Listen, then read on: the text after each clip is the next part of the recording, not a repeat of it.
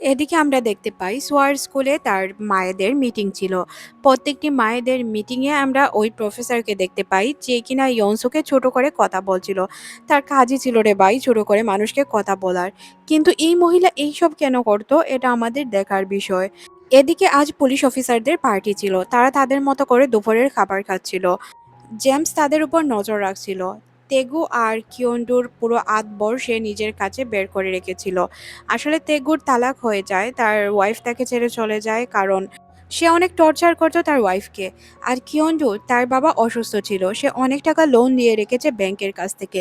তাকে প্রতি সপ্তাহে অনেকগুলো টাকা দিতে হয় হসপিটালে।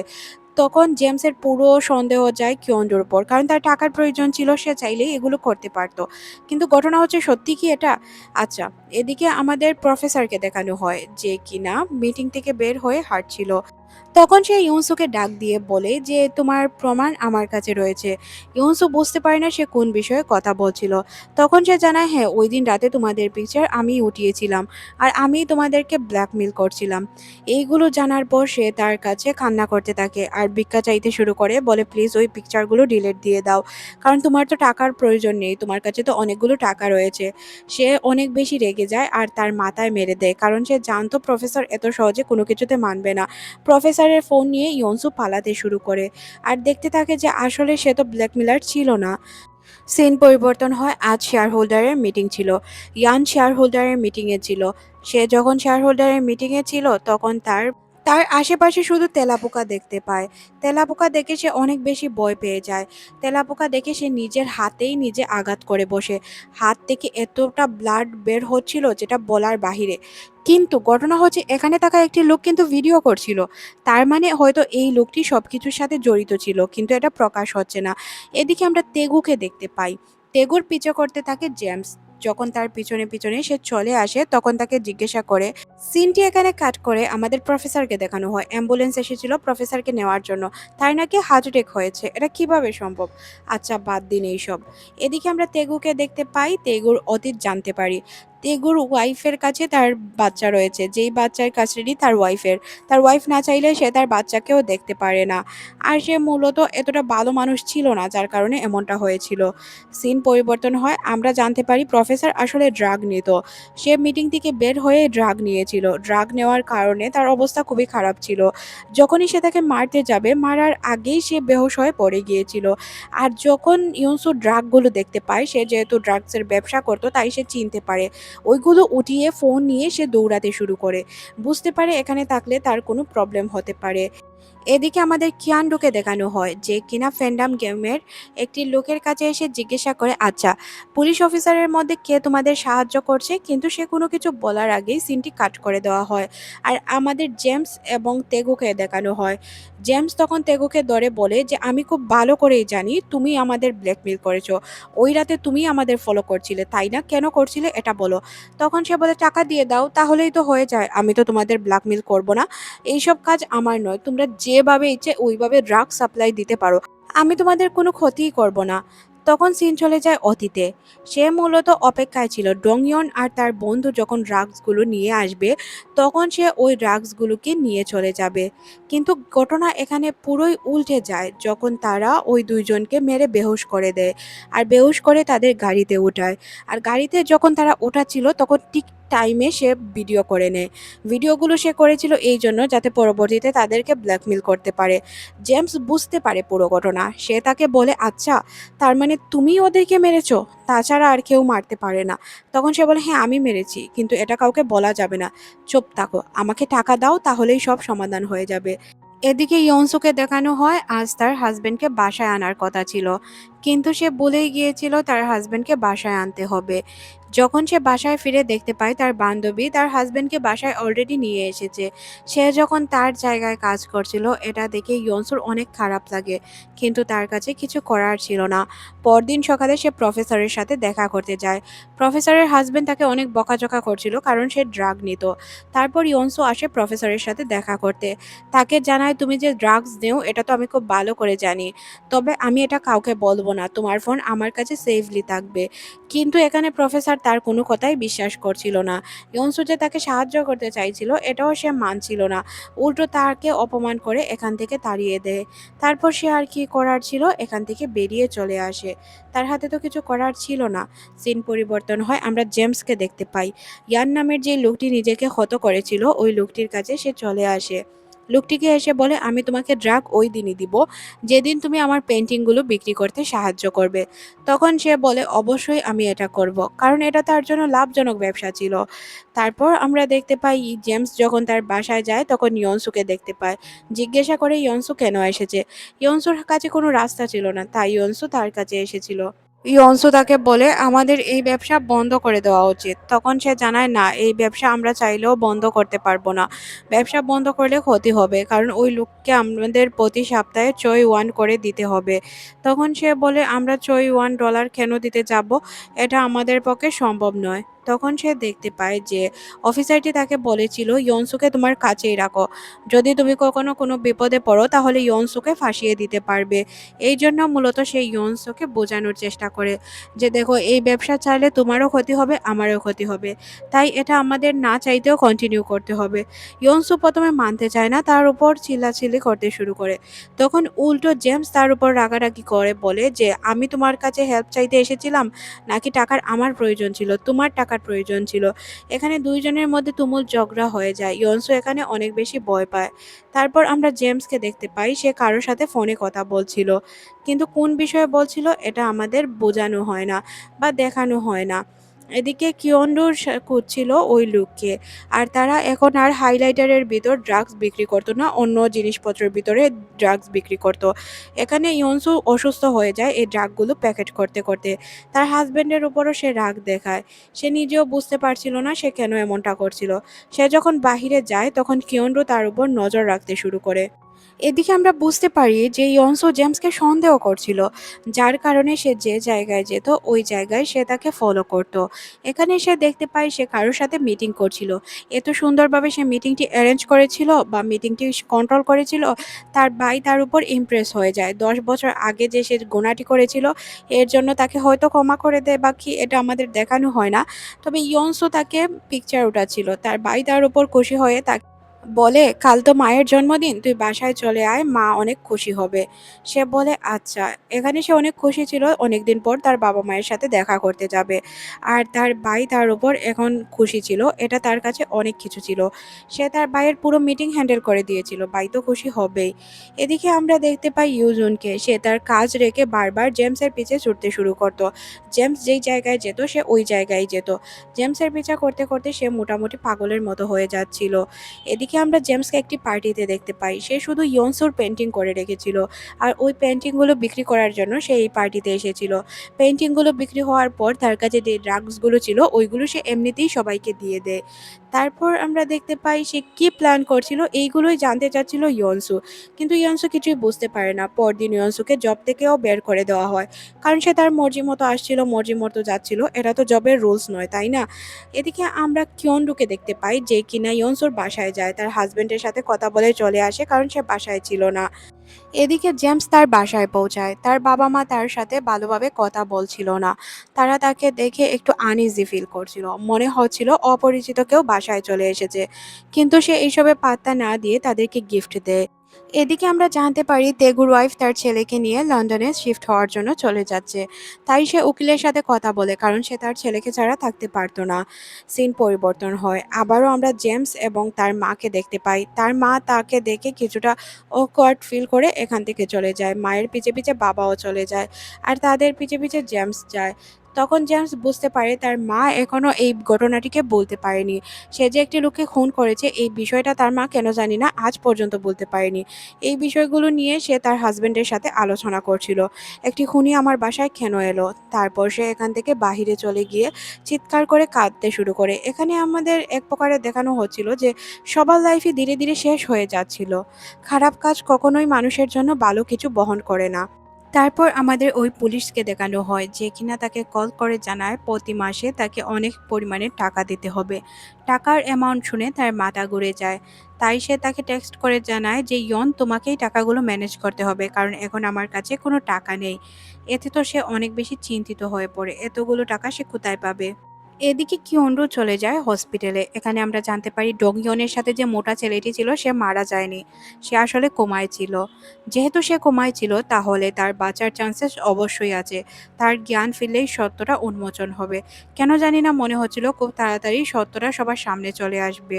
ইয়নসুর সব জিনিসপত্র নিয়ে বাহিরে চলে আসে। সে বলে, যদি আমি ফাঁসি তাহলে সবাইকে নিয়েই ফাঁসবো।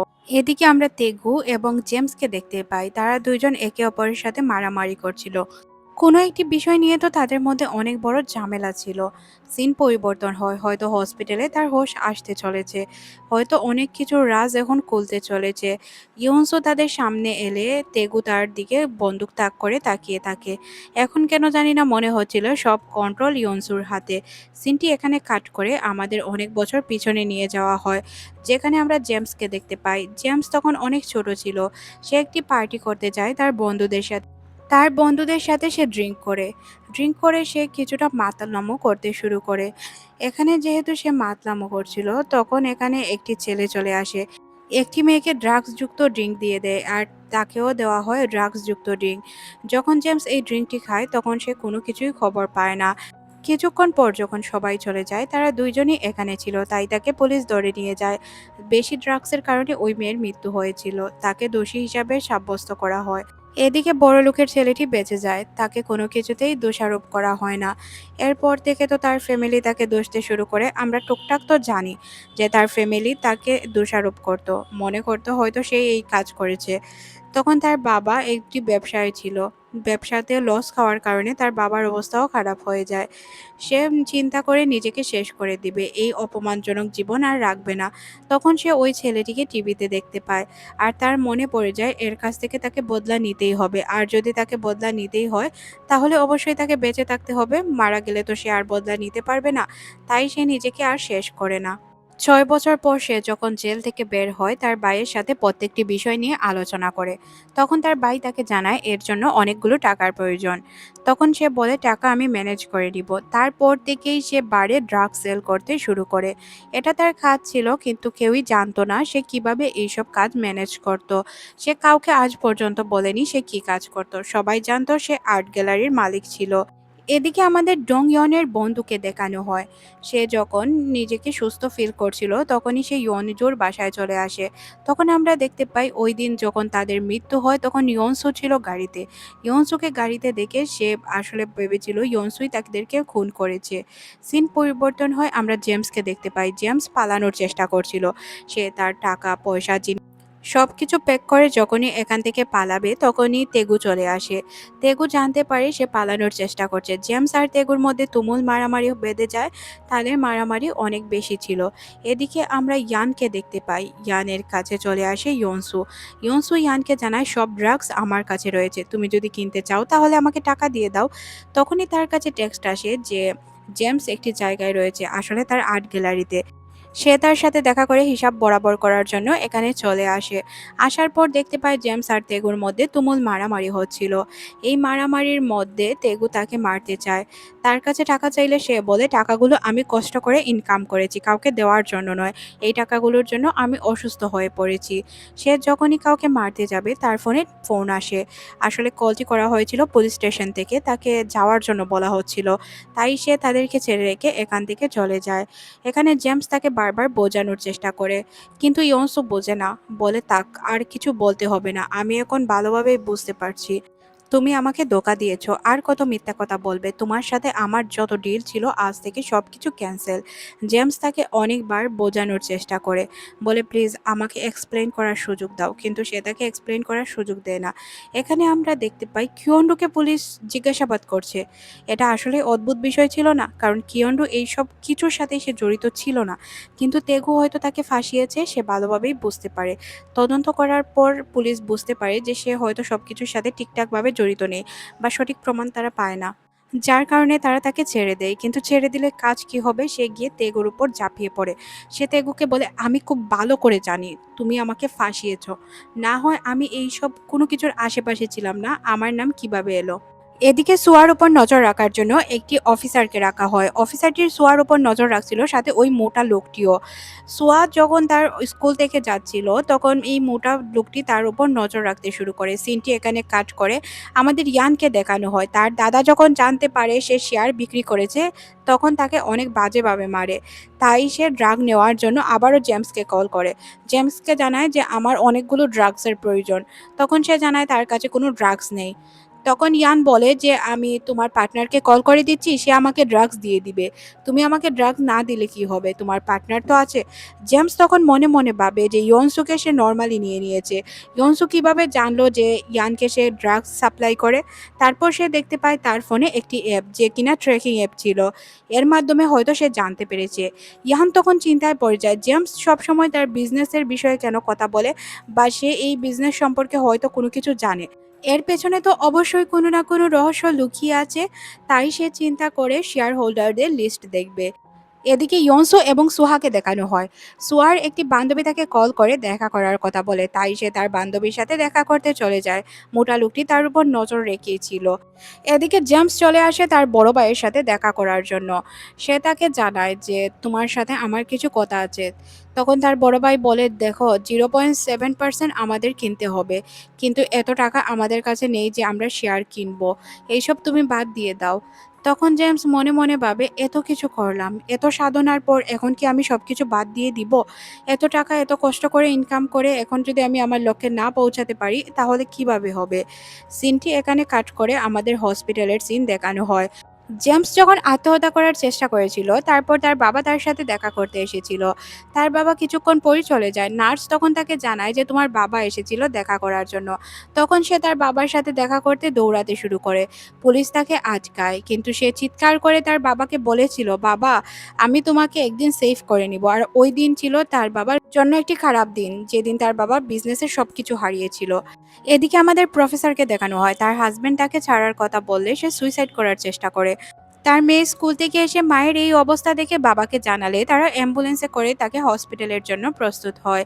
সিন শিফট হয়, আমরা দোজিংকে দেখতে পাই। সে ডাক্তারের কাছে গেলে ডাক্তার তাকে জানায় তার ক্যান্সার এখন ফেরত চলে এসেছে, তাই তাকে আবারও হসপিটালে অ্যাডমিট হতে হবে। হসপিটাল থেকে বের হয়ে সে দেখতে পায় যে অফিসারকে নিয়ে যাওয়া হচ্ছিল হসপিটালের ভিতরে। অফিসার নাকি সুইসাইড করার চেষ্টা করেছিল। এই বিষয়টি জানার পর সে চিন্তা করে কোনো না কোনোভাবে যদি তার ওয়াইফ এইসবের সাথে জড়িত থাকে। এদিকে আমাদের ডোজিং এর ওয়াইফকেও দেখানো হয়, সেও হসপিটালে ছিল। ডোজিং এর ওয়াইফের ব্লিডিং হয়েছিল, কারণ সে প্রেগনেন্ট ছিল। ব্লিডিং এর কারণে তারা তার বাচ্চাটিকে হারিয়ে ফেলে। ডোজিংকে তার ওয়াইফ অনেক কল করলেও সে কল রিসিভ করতে পারে না, কারণ সে ঝামেলায় ছিল। আসলে পুলিশদের ওয়াইফদের জীবন এমনই হয়। যদি তারা কোনো ঝামেলায় থাকে, তাহলে তাদের ওয়াইফের কি হলো না হলো এটা তারা খোঁজ নিতে পারে না। এদিকে আমরা দোজিনকে দেখতে পাই। দোজিন যখন জানতে পারে যে ইয়নসু তাদেরকে আমেরিকা শিফট করার প্ল্যান করছে, তখন তার অনেক বেশি রাগ হয় দোজিনের উপর। সে বুঝতে পারে না যে দোজিন কি এমন করেছে যে সে তাদেরকে নিয়ে আমেরিকা শিফট হতে চাচ্ছে। তাকে জিজ্ঞাসা করে কেন সে এমনটা চাচ্ছে। তখন সে জানায় সে একটি সেফ লাইফ চায় তার মেয়ে সুহা আর তার হাজবেন্ডকে নিয়ে। তখন তার হাজবেন্ড জিজ্ঞাসা করে, আচ্ছা প্রফেসরের সুইসাইডের পিছে কি তোমার হাত রয়েছে? ইওয়ান ইনসোর সাথে দেখা করার জন্য তাকে ডাকে। ইনসো যখন তার সাথে দেখা করতে আসে, তখন সে জানতো না যে জেমসের বিষয়ে সবকিছু সে জানতো, কারণ সে যখন শেয়ার হোল্ডারের লিস্ট এনেছিল, তখন ওই জায়গায় জেমসের আর্ট গ্যালারির নাম সে দেখতে পায়। তখন সে বিষয়গুলো বুঝতে পারে। এদিকে কিয়ন্ডো যখন হসপিটালে আসে, তখন তাকে জানানো হয় লোকটি পালিয়েছে। এই নার্স কি আগে বলতে পারতো না বিষয়গুলো? সিন এখানে কাট করে আমাদের সুহাকে দেখানো হয়। সুহা আর তার বান্ধবী মিলে ক্যান্ডি বিক্রি করতে যাচ্ছিল। আসলে ওইগুলো ক্যান্ডি ছিল না, ড্রাগস ছিল। তারা তো এগুলো জানতো না। পুলিশ তাদের উপর তো নজর রাখছিল। সাথে ওই মোটা লোকটি বুঝতে পারে যে পুলিশ তাদের উপর নজর রাখছে। এদিকে আমরা দোজিনকে দেখতে পাই, যে কিনা তার ওয়াইফের সবকিছু চেক করে ড্রাগস খুঁজে পায়। আর সে অনেক কান্না করতে শুরু করে। জেমস তার বাসার উপর নজর রাখছিল, তাই সে বুঝতে পারে যে দোজিন ড্রাগস সম্পর্কে সবকিছু জেনে গিয়েছে। এদিকে সোহাকে দেখানো হয় তার বান্ধবী বাসায় চলে গেলে সে একা হয়ে যায়। আর একা একা সে বাইরে খেলতে শুরু করছিল। তখনই ওই মোটা লোকটি পুলিশ অফিসারটিকে ঘায়েল করে দেয়। পুলিশ অফিসারকে ঘায়েল করে দিয়ে সে সুহার দিকে তাকায়। সুহার দিকে সে অনেক রাগী দৃষ্টিতে তাকায়, মনে হচ্ছিল সে সুহাকে এখনই খুন করে ফেলবে। সিন পরিবর্তন হয়, আমরা ইয়ানকে দেখতে পাই। ইয়ান মূলত এখন খুব ভালো করেই জানতো জেমসের বিষয়গুলো। এখানে যেহেতু পুলিশ অফিসার অসুস্থ ছিল তাই সে তেগুর কল রিসিভ করতে পারে না। আর প্রফেসরের সুইসাইড মামলার কারণে সে তো এখানে এসেছিল। প্রফেসরের মেয়ে যে কিনা সুহার বান্ধবী সে তাকে কিছু প্রমাণ দিয়ে দেয়। তখন তেগু বুঝতে পারে যে এর পিছনে তো মোটা লোকটি লেগে আছে, তাহলে তাকে যে কোনো বিনিময়ে বাঁচাতে হবে। মোটা লোকটি মনে করে তার বন্ধু তাকে সবসময় বলতো চল আমরা একটি নর্মাল লাইফ কাটাই, কিন্তু তারা নর্মাল লাইফ কাটাতে পারলো কোথায়, এখানে তো তাদের অবস্থা উল্টো খারাপ হয়ে গেল। তার যখন এইসব মনে পড়ে তখন তার অনেক কষ্ট হচ্ছিল। সে শুধু একটি কথাই চিন্তা করছিল যে যে কোনোভাবে ইয়নসুর মেয়েকে শেষ করে দিবে। এদিকে মোটা লোকটি খোঁজার জন্য কিয়ন্ডু তার সিসিটিভি ফুটেজগুলো চেক করছিল। অন্যদিকে জেমস চলে আসে ইয়নসুর বাসায়, দেখতে পায় তার হাজবেন্ড ড্রাগসগুলোকে নষ্ট করছে। তখন সে অনেক বেশি রেগে যায় আর বুঝতে পারে ওই লোকটি তাকে হসপিটালে দেখতে গিয়েছিল। এদিকে আমাদের মোটা লোকটিকে দেখানো হয় যে কিনা ইয়নসুর মেয়েকে কিডন্যাপ করে নিয়ে এসেছিল। যখন তাকে কিডন্যাপ করে রাখে আর সে ড্রাগস খুঁজতে শুরু করে তখন সে তার মাকে বারবার কল করছিল। ফোনটি পাওয়ার পর মাকে কল করলে মা তো কল রিসিভ করে না, কারণ তার ফোন সুইচ অফ ছিল।